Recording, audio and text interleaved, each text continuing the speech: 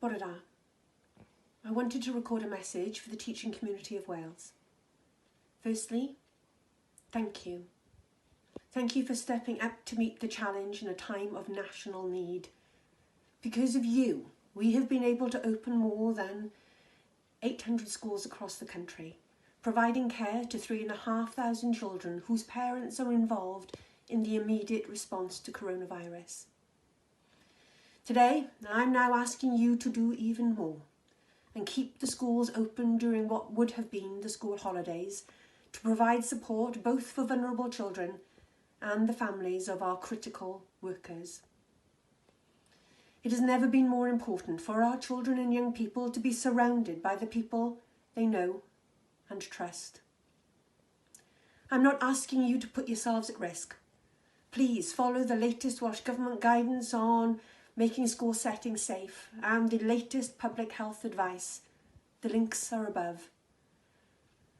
I'd like to thank our workforce unions, both nationally and locally, who have worked with us towards the same goals: the welfare of our children, young people and the teaching profession. Not only our teachers, of course, but the assistants, our catering staff and caretakers, and many others.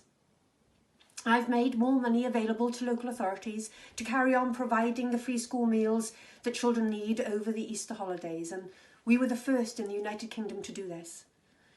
And I'm also working with the local authorities to urgently address providing alternative provision going forward. Finally, I'd like to stress how much I and the people across the nation appreciate your commitment, your dedication and your goodwill. For me and pupils across Wales, teachers are already our everyday heroes.